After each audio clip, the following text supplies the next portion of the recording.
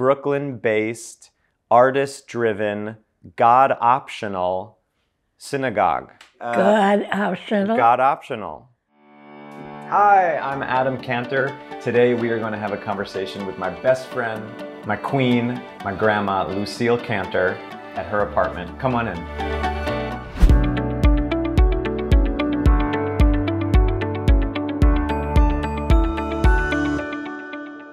So here we are in my grandma's apartment where, of course, I keep my Grammy Award and my Emmy Award because Grandma has been my #1 fan throughout my 14 years working and living in New York and being an actor. One of my favorite parts about being in her apartment is just being surrounded by images of family. I'd say it's what she's most proud of, and it feels really good to be part of that kind of legacy. Here we go. All right. Here we are.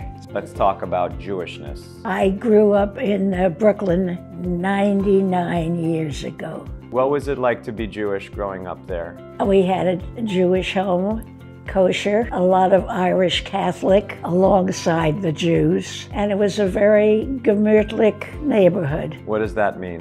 Hey Siri, what does gemütlich mean? What does he say? She doesn't know. Gemütlich is gemütlich. Homey. Would you go to synagogue? Yes, not religiously. We were Reform, I guess. Did you have a bat mitzvah? No. No, I don't think they wore bat mitzvahs. It never occurred to me. Girls were not anything. What else is new?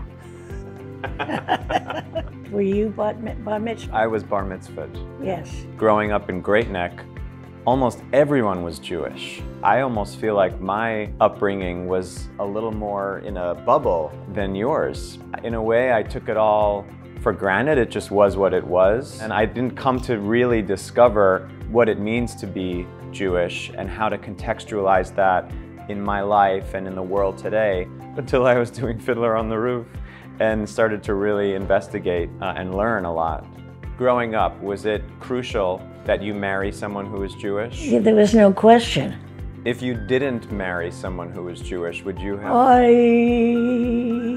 That's terrible. No, we don't do that. What do you think now, for example, about your grandchildren? The ones who are married are all not married to Jews, right? That's right.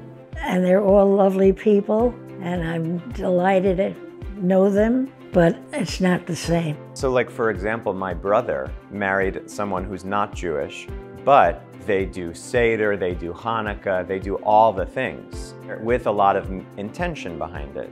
I think it's less important that one marries Jewish as it is to continue Jewishness and pass down this wonderful gift that we have been given. That's right. Right? Absolutely. Great. So I'm going to feel less pressure to marry Jewish then.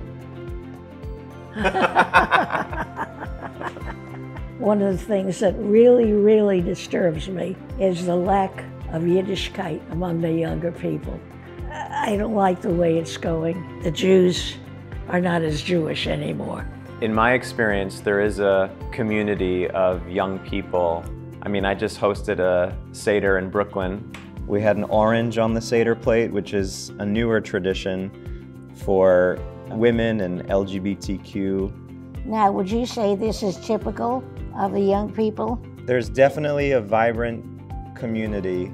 Are they Orthodox? No, not at all. And I think one of the greatest things about Jewishness is this culture of questioning. To reinvestigate and apply new meaning to it feels actually quite Jewish to me. There aren't that many people like you, is what I'm afraid of. It gives me hope. Well, have you ever experienced anti-Semitism? No. Never? Never. Really? Really. So the other day, I actually saw a swastika graffiti. My golly, where was it? Close to here. It was in Manhattan. It still exists, you know? It will always exist. Okay, so there's you and there's me. We'll fight them. In my career, I feel so blessed to have been able to play a lot of Jews. However, I often feel that I am pigeonholed into that. He's the Jewish guy. you know? Or things like hungry banker, or, you know, mama's boy next door. Things like that, that it's basically like, let's get a Jew, you know what I mean? And I have felt that my Jewishness has also kept me away from certain roles that need to be more all-American.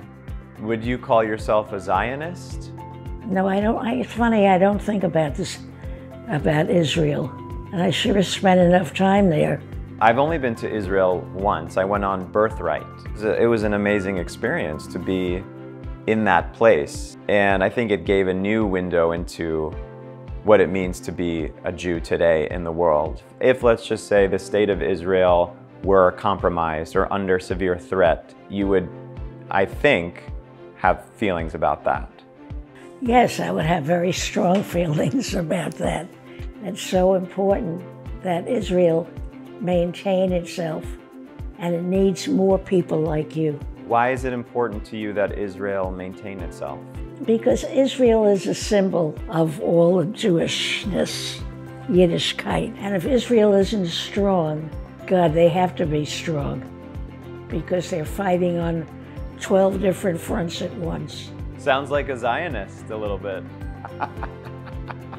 So to thank you for having this meaningful conversation with me, I have something for you. There's a little photo of us. We were on a red carpet, the American Theater Wing Gala. My pleasure.